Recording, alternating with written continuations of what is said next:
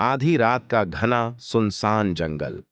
हर तरफ घना कोहरा छाया हुआ है, जिसमें पेड़ किसी डरावने साए की तरह लग रहे हैं। ठंडी तेज हवा चल रही है, जिससे पेड़ धीरे धीरे हिल रहे हैं और उनकी पत्तियां सरसराहट की आवाज कर रही हैं। दूर से किसी उल्लू के बोलने की आवाज इस खामोशी को और भी भयानक बना रही है। इसी डरावने जंगल में एक लड़की अकेली भटक रही है। उसके चेहरे पर डर और घबराहट साफ नजर आ रही है।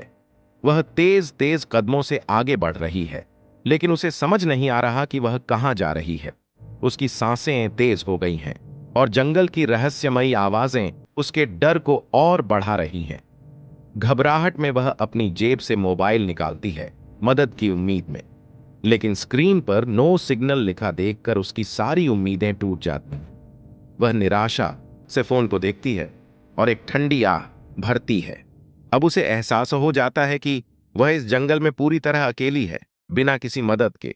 तभी उसे दूर पेड़ों के बीच से एक हल्की टिमटिमाती हुई रोशनी दिखाई देती है।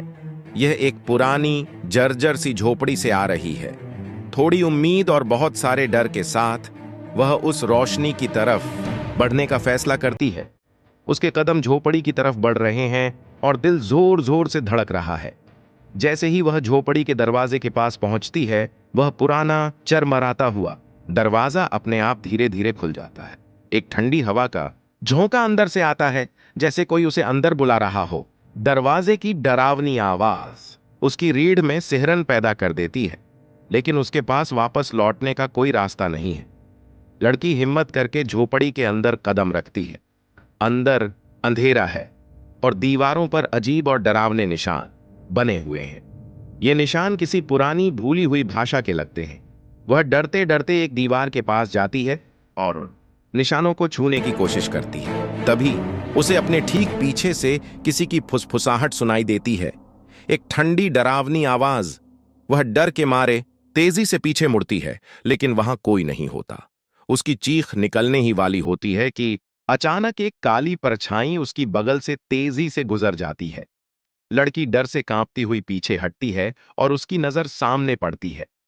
वहां सफेद और गंदे कपड़ों में एक भयानक चुड़ैल खड़ी है। उसकी आंखें एकदम खाली और डरावनी हैं और उसके चेहरे पर एक शैतानी मुस्कान है। चुड़ैल की गहरी कर्कश हंसी पूरी झोपड़ी में गूंजने लगती है और डरावना संगीत तेज हो जाता है। चुड़ैल धीरे धीरे लड़की की ओर बढ़ती है। लड़की चीखना चाहती है, लेकिन उसकी आवाज गले में ही अटक जाती है। अचानक कैमरा एक पुराने लकड़ी के ताबूत पर कट होता है, जिसका ढक्कन धीरे धीरे बंद हो रहा है। अंदर से लड़की की दबी हुई चीखें आती हैं, जो जल्द ही शांत हो जाती हैं। स्क्रीन काली हो जाती है और अंत में सिर्फ चुड़ैल की विजय भरी गूंजती हुई हंसी सुनाई देती है।